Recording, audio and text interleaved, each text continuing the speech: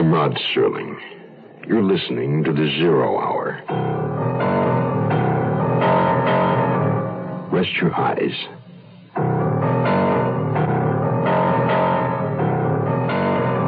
Open your mind.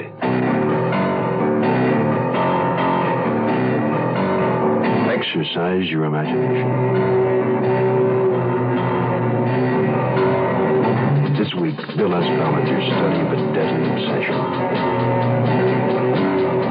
Fourth of Forever. Starring John Dehner.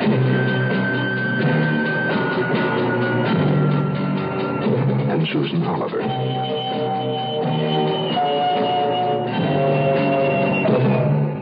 In Elliot Lewis's production of The Zero Hour.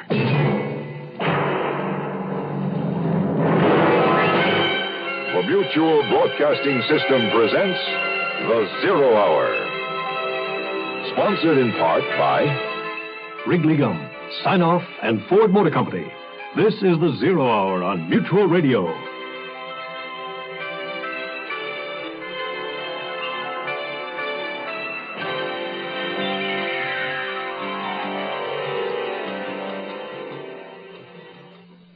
James Marius, one man alone, with a passion for gambling, a dependence upon alcohol, and a desire for one woman. Lou Jackson, one woman. A woman who knows what she wants and what's necessary to do to get it. They met in a parking lot on the Sunset Strip. The right place, the right time. For James Marius, the desire has become an obsession. But the obsession has left him penniless and vulnerable. For Lou Jackson, this is a man primed for action, not afraid to take a risk. A risk she is now prepared to ask him to take. The stakes must be high and the odds long. The reward James Marius will seek is nothing short of forever. Fourth of Forever continues in a moment. Hello, I'm Anita Kerr. The Veterans Administration says that if you are a veteran just getting home, you should talk over your future with VA as soon as possible. Find out about GI training and education opportunities. The GI Bill gives you a chance to continue your schooling and get paid while you go. And when you are finished, you will qualify for better employment and make more money than you can now. So, don't take the first job that comes along just because it's the easy thing to do. Think of a career rather than a job and prepare for it with the GI training time you earned while in uniform. You'll wind up with better pay and a happier future. Visit, write or call your nearest VA office today and get started.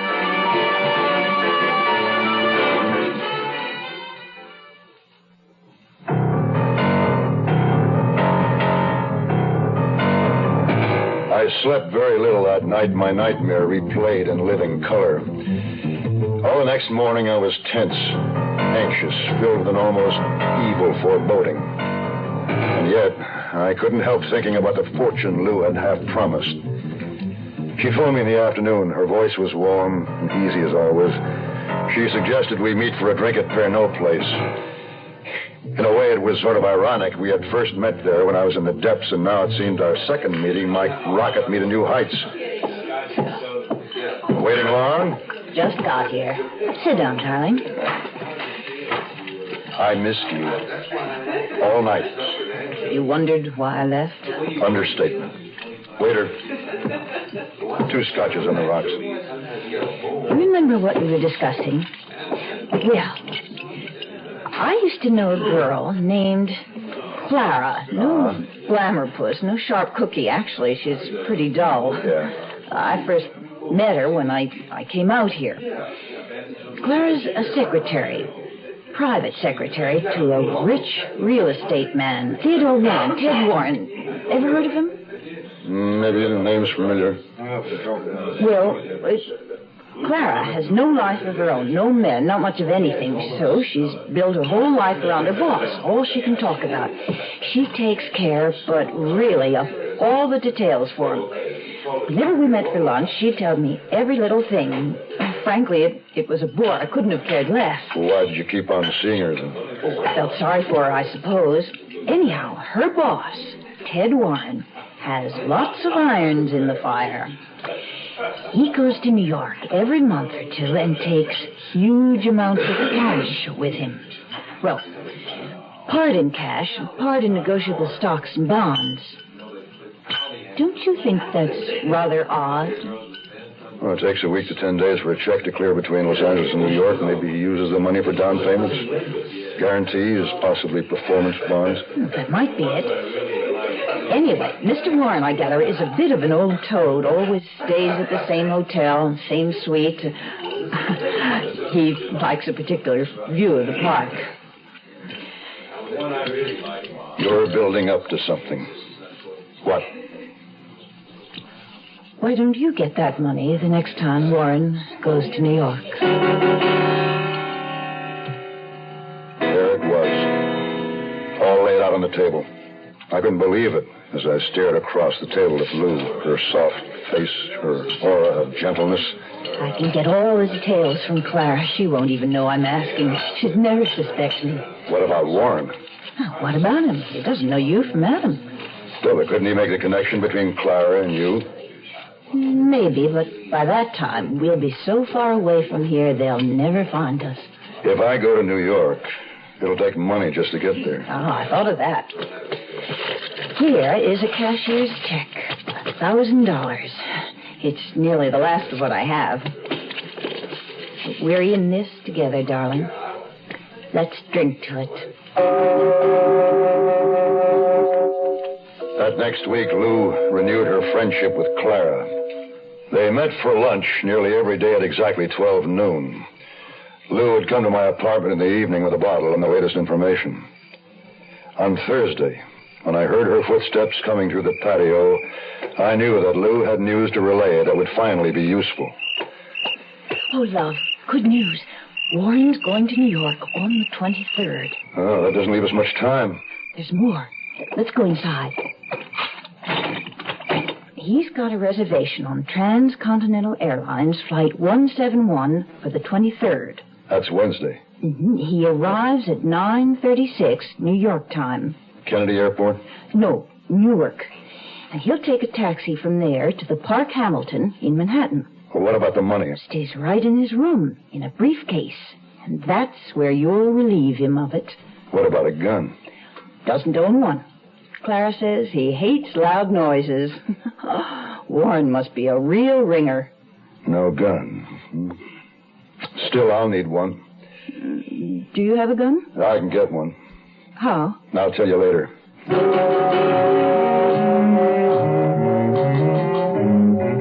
The following morning, I went out to a studio where a director friend of mine was shooting a picture. On the sound stage, I managed to lift a revolver from the props. Smith & Wesson 38. It was easy. Next, I needed bullets. I bought them in the black market on Sunset. Then I got Warren's business address from the Yellow Pages. Dressed in a pair of coveralls like maintenance servicemen wear and with an assortment of plastic alphabet letters, I took up a position in the corridor outside the doors of Warren's office. I pretended to make adjustments on the buildings board while I waited for Warren to leave for lunch, promptly at 12. Lou had told me that he usually carried an expensive alligator briefcase. I glanced at my watch. 1 minute of.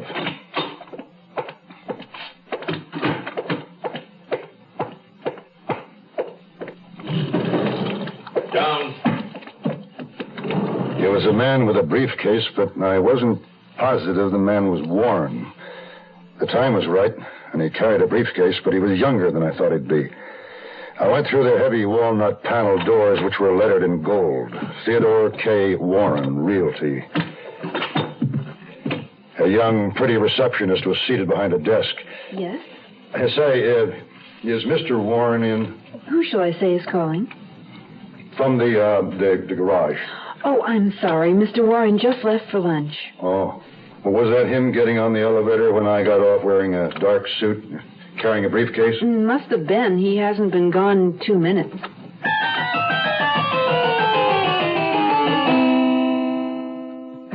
Carry it with you. It's really something fresh flavor, Frankie's Ribbons come. Carry it with you, Frankie's Ribbons come. The big fresh flavor, Frankie's Ribbons. Carry the big fresh flavor wherever you go, whatever you do. It's the finest spearmint flavor, the great Frankie taste, delicious to choose. Ribbons come. Carry it with you, Ribbons come. The big fresh flavor, Ribbons come. Carry it with you, Ribbons come. The big fresh flavor, Ribbons come. Sinus flares up. Sometimes your whole face aches. When you need occasional help, get Sign-Off tablets, the sinus medicine. Sign-Off works with a full dose of pure aspirin for sinus headache, plus a sinus drainer for congestion. That's how Sign-Off helps sinus pain while you drain. Help sinus pain while you drain.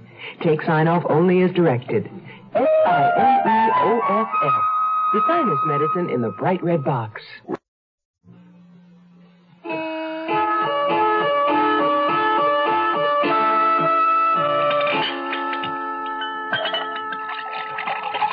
Here you are, darling. You're worried about something. I got to look at Ted Warren. Have you ever seen him? No, all I know about him is what Clara's told me. What Clara's told you isn't quite true. Warren's not the little toad he is supposed to be. But that's not what worries me. What is it, then? If Clara gives you a wrong description about how Warren looks, why can't she be wrong about a lot of other things we're depending on? Oh, I wouldn't worry. Clara may have described Warren as a doddering, puttering little old man that depends on her just to make herself feel more important. But business facts, she couldn't make a mistake about them. I hope not. Stop worrying, darling. Just think about us. I guarantee it'll work. The afternoon of Tuesday, the 22nd, Lou came to my apartment. I left my car parked there. She drove me to the airport. On the way, we went over the plan. Warren will check into the Park Hamilton Suite 1220 around 10:45. At 11, he should be getting ready for bed. And that's when I hit him. I'll get the money and be out of the hotel by 10 after 11. I'll have a cab waiting to take me to LaGuardia Airport in time to catch the 12:30 flight to L.A. Right? Now, if something goes wrong and you don't catch it... Well, I'll wait for the next flight. Where will you stay tonight? I'll find a hotel near the Park Hamilton. And tomorrow during the day, I'll get a look at Warren's suite. Locate the doors, windows, exits, elevators, and so on. Tomorrow night, when he arrives, I'll be ready. On the flight to New York, I still had doubts. I realized I was taking a calculated risk and was banking on my strength and nerves to mesh correctly with time, place, and circumstances to gain a fortune. But I wasn't sure I still had the guts to pull it off. I wasn't a coward, I never had been. But now I was trying to be honest. The cold fact was, I didn't want to rob Warren. It was Lou who had put me on the plane, winging closer each minute to New York. It was this very weakness in submitting to Lou that made me doubt myself. My memory of those desolate years of loneliness and despair before I met Lou was my greatest enemy. I couldn't fight the future she'd brought me, a green oasis of hope. We will be landing in New York City in approximately 20 minutes. We hope you've enjoyed your flight. I registered in a small hotel, the Shropshire, under the name of Howard Morgan. It was only a couple of blocks from the Park Hamilton. The next morning, I slept late, had breakfast, then strolled over to familiarize myself with the layout of Warren's hotel. It had 3 entrances, one on 59th Street and 2 around the corner on 5th Avenue. The streets were narrow and congested and could easily be traffic traps, so I decided against the taxi for my escape. Instead, I'd walk over to 59th and Madison to catch a cab to the airport. The lobby of the Park Hamilton was big, ornate, with acres of green carpeting and vast walls of antique mirrored glass. It was possible to enter the hotel and go to the elevators without passing the registration desk, so I took one to the 10th floor. Most hotel rooms are numbered identically as the floors ascend. In other words, Suite 1020 would probably be the same layout as 1220, where Warren would stay. 1020 had a main door opening on the broad corridor running parallel to 5th Avenue. There was a secondary entrance and a small corridor around the corner. I decided this second door led to either a service pantry or a back bedroom. Next to it was a stairway encased in a fire well. I climbed it, 2 floors, and found myself standing outside the service door of suite 1220. The layout of the 2 suites was identical. So I returned by the stairs again to the 10th floor, where I caught the elevator to the lobby. Then I left the hotel. I went to a drugstore and bought copper wire, adhesive tape, and a pair of women's nylons. I'd use one of them for a face mask. I passed the rest of that interminable day waiting for the inevitable night, thinking about Lou, about our future together, with enough money to live in style. I worked out in my mind how it would be when I confronted Warren. He would answer the door. I'd hold him at the point of my revolver, bind his hands with wire, and tape his mouth shut. Then lock him in a closet. It'd take him at least 10 minutes to get free. If he put up a fight, I'd smack him with a gun, knock him unconscious. At 11 o'clock, I left the bar in the Shropshire. I wasn't drunk. I returned to my room, got my gun, and the rest of what I'd need. Then I started for the Park Hamilton and Ted Warren. Look what we've done to our Mustang. Look what we've done to that car. Now we changed the size, we changed the style, and you're gonna like it fine. So look what we've done to that car. Ford's Mustang II, undoubtedly the right car at the right time. Built smaller than the original Mustang, with a thrifty 4-cylinder engine that's easy on gas. Mustang II is light in weight, richly appointed, has rack and pinion steering, bucket seats, 4-speed transmission, and tachometer, all standard. When you take the ride, you're gonna know that Mustang's for a fine. So look what we've done to that car. Mustang II sticker price is $28.95, excluding dealer prep destination charges, title, and taxes. Mustang II, it's luxury plus economy at your local Ford dealer.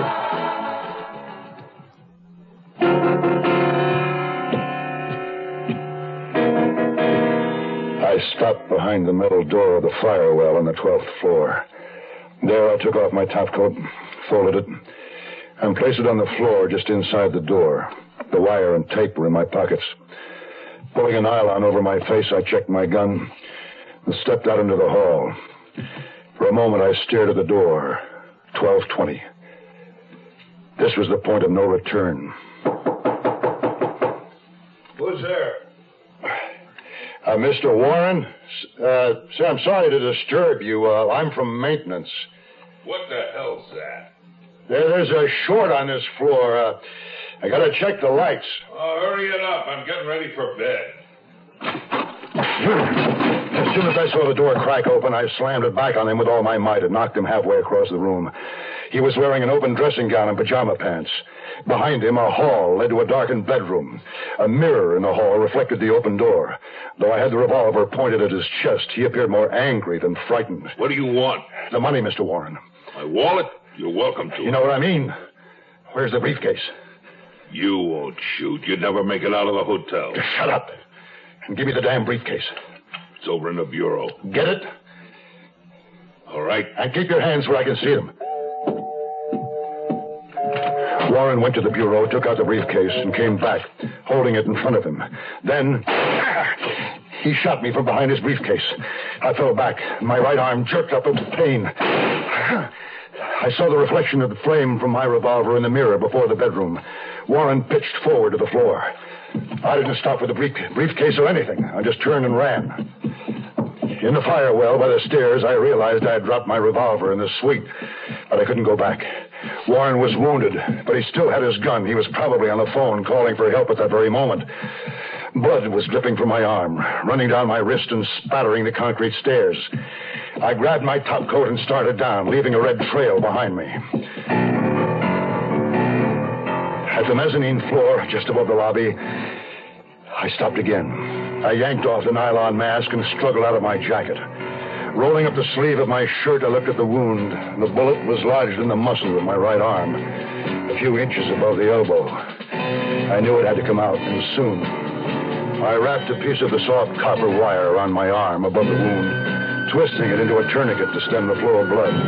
Then I bit into the tape, tore off a strip, and plastered it over the nylon to make a bandage. By now, my arm was stiff and throbbing. I had a tough time getting back into my jacket. I swung the topcoat over my shoulders, leaving it to hang free, and covered my wounded arm, which I stuffed in my jacket pocket for support. Then I descended the firewell to the lobby. I opened the metal door to the firewell and peered out. I could see across the lobby. Everything seemed normal. But just then, two men, unmistakably detectives, accompanied by a cop in uniform, came in the Fifth Avenue entrance and walked briskly to the registration desk. Whatever they said caused the desk clerk to start in surprise, and he hurriedly called the night manager. Then it went into a huddle. Then the manager and the two plainclothesmen headed for the elevators. The uniformed cop stayed at the desk and looked over the lobby. I didn't wait. Forcing myself to stroll casually, I made it to the 59th Street entrance. Ignoring the doorman's offer to give me a cab, I headed down 59th Street toward Madison Avenue. At the corner of Madison, I flagged down a taxi and got in. Where to, Mac? What time is it? 11:30. It's too late to catch my flight. So? All right, what next? Penn Station. On our way.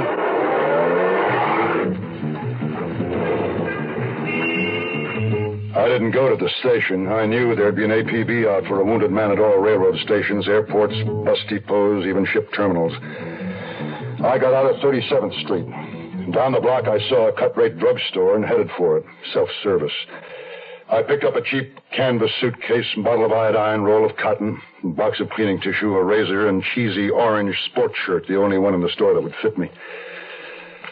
A cashier with hair handed about the color of my new shirt checked me out with a comment about my hand. The whole right side of my body was stiffening up.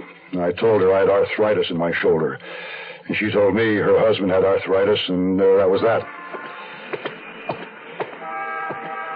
I walked aimlessly down the street, my mind fuzzy with shock and fatigue. But I had to find a place to stay the night. I had to get off the streets before I was picked up. A liquor store was closing for the night, but I had caught it in time to buy a bottle of whiskey, 100 proof. By now, my arm was pulsating in a deadly, heavy rhythm. My sense of balance dipped and whirled. I fought to remain conscious. In desperation, I hailed another cab. You drunk? No. Sick. Won't drive it drunk, but if you're just sick, buddy, I'll take you. Hospital? Not the hospital. Stranger in town. Just got in. Take me to his hotel. I just want to go to bed. Which hotel? Anyone. Just so it isn't Midtown. Some down near the village. Okay. The Archway Hotel is located on East 9th Street. It's small and secluded, with miserable little potted trees on each side of the entrance.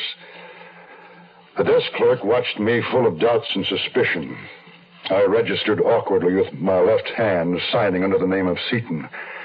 I explained to him that I had smashed my right hand on the train. He looked relieved and showed me my room. As soon as he was gone, I threw myself on the bed and opened the suitcase. The world was spinning like a gyroscope. I pulled out the bottle, worked the cap free with my teeth, and I took a pull. The whiskey ran down my chin and dripped to my chest. My worst fears had been realized. Clara's information, like her description, had been wrong.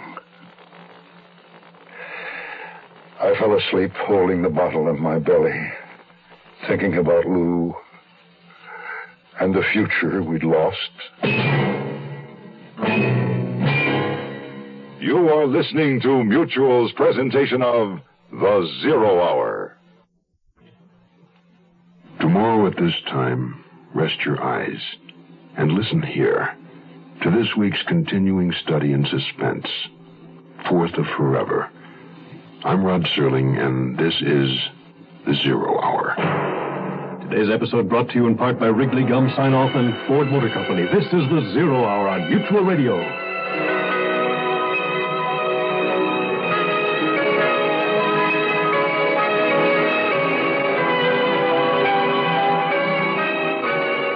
You have been listening to The Zero Hour, a presentation of the Mutual Broadcasting System in association with Hollywood Radio Theater. Heard every weekday at this time. Rod Serling is your host. Zero Hour is produced and directed by Elliott Lewis. The Hollywood Radio Theater theme was played by Ferranti and Teicher and is now available on United Artists Records and Tapes. Hugh Douglas speaking. Tune in tomorrow, and once again, Rest your eyes and listen here to The Zero Hour. This is the Mutual Radio Network.